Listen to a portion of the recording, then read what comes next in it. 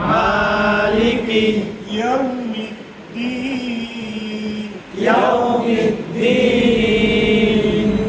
মালিকি ইয়াউমিদ্দিন মালিকি ইয়াউমিদ্দিন মালিকি ইয়াউমিদ্দিন মালিকি ইয়াউমিদ্দিন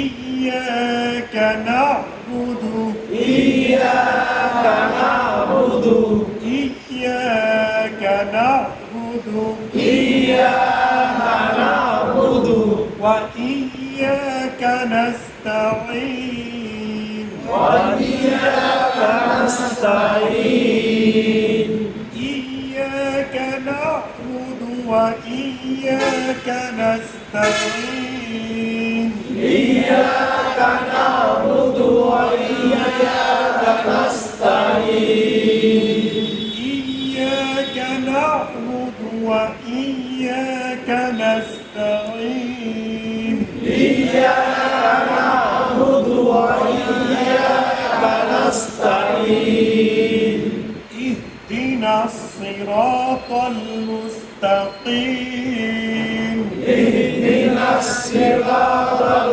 মুস্তাকিম যত জায়গায় আছে কি রাবণ বলে ইহদিনাস সিরাতাল মুস্তাকিম ইহদিনাস সিরাতাল মুস্তাকিম ইহদিনাস সিরাতাল মুস্তাকিম ইহদিনাস সিরাতাল মুস্তাকিম সিরাতাল লাযীনা আন'আমতা আলাইহিম সিরাতাল লাযীনা আন'আমতা আলাইহিম সিরাতাল লাযীনা আন'আমতা আলাইহিম সিরাতাল লাযীনা আন'আমতা আলাইহিম গায়রিল মাগদুবি আলাইহিম গায়রিল মাগদুবি আলাইহিম ওয়ালাদ-দাল্লিন ওয়ালাদ-দাল্লিন আমিন। তাহলে কোরআন মাজিদ পড়তে হলে কয় বিষয় জানতে হয়? পাঁচটি বিষয়। অনেকে নতুন আসছে তো যেন একবার বলে দিলি মনে থাকবে ইনশাআল্লাহ। কোরআন মাজিদ শিখতে হলে কোরআন মাজিদ শিখতে হলে পাঁচটি বিষয় জানতে হয়। পাঁচটি বিষয় জানতে হয়। কোরআন মাজিদ শিখতে হলে কোরআন মাজিদ শিখতে হলে কয়টি বিষয় জানতে হয়। পাঁচটি বিষয় জানতে হয়। অক্ষর পরিচয় অক্ষর পরিচয় হরকাত ও তানবির হরকাত ও তানবির সুকুন ও তাসদীদ তাহারে কয়। সুকুন ও তাসদীদ তাহারে কয়। জের থাকে অক্ষর নিচে জের থাকে অক্ষর নিচে জের থাকে অক্ষর নিচে জের থাকে অক্ষর নিচে সবরের পেশ থাকে উপরে জবর আর পেশ থাকে উপরে জের থাকে অক্ষর কোথায় জের থাকে অক্ষর নিচে সবরের পেশ থাকে উপরে জবর আর পেশ থাকে উপরে নিচে টানান জের নিচে জের জের জের জের জের জের জের জের জের জের সবার জবর পরেরটার নাম সবার জবর সবার জবর সবার জবর সবার জবর সবার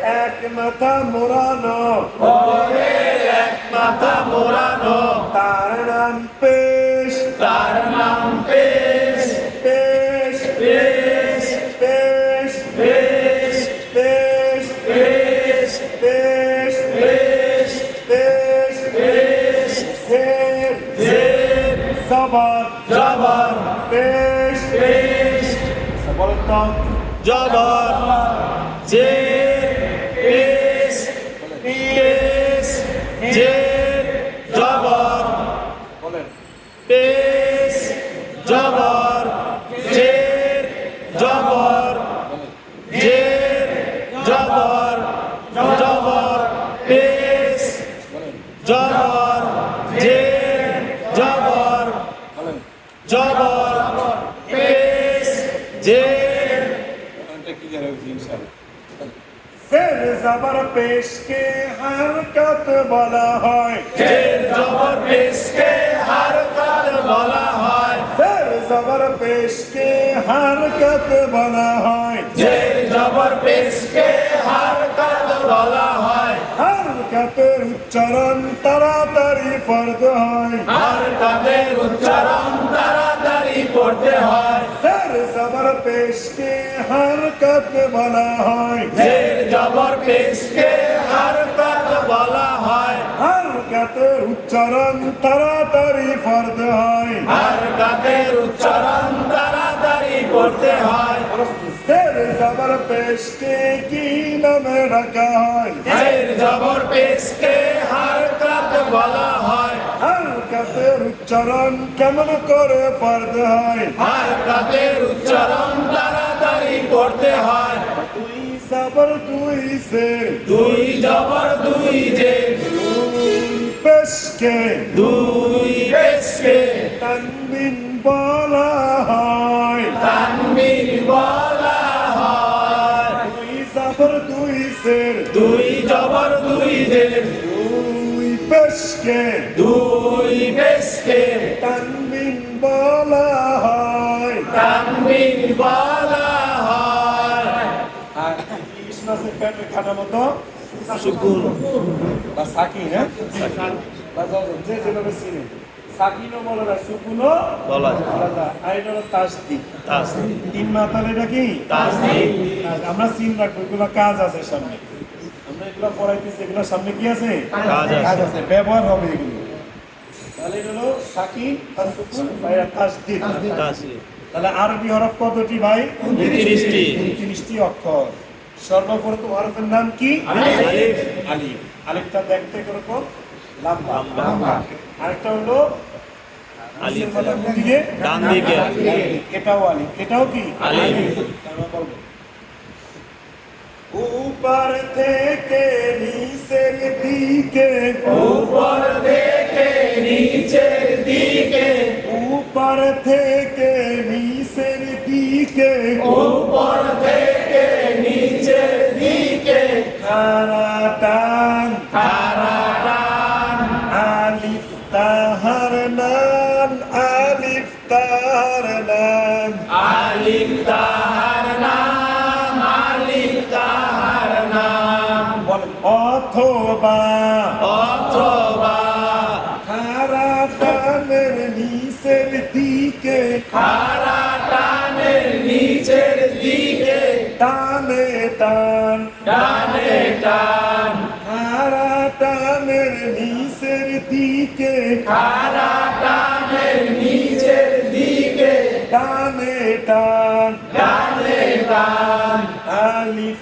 তাহার নাম, আলিফ তাহার নাম, আলিফ তাহার নাম, আলিফ তাহার নাম, আলিফ আলিফ, আলিফ আলিফ, আলিফ, আলিফ, দেখা আলিফ আলিফ, আলিফ, আলিফ, আবার বলেন, আলিফ, সবাই বলেন আলিফ, একই সাথে, আলিফ, দেখে বলেন আলিফ, অক্ষরটা কি, আলিফ, আবার বলেন, আলিফ, আলিফটা হবে কি খালি, আলিফটা থাকবে কি খালি। খালি।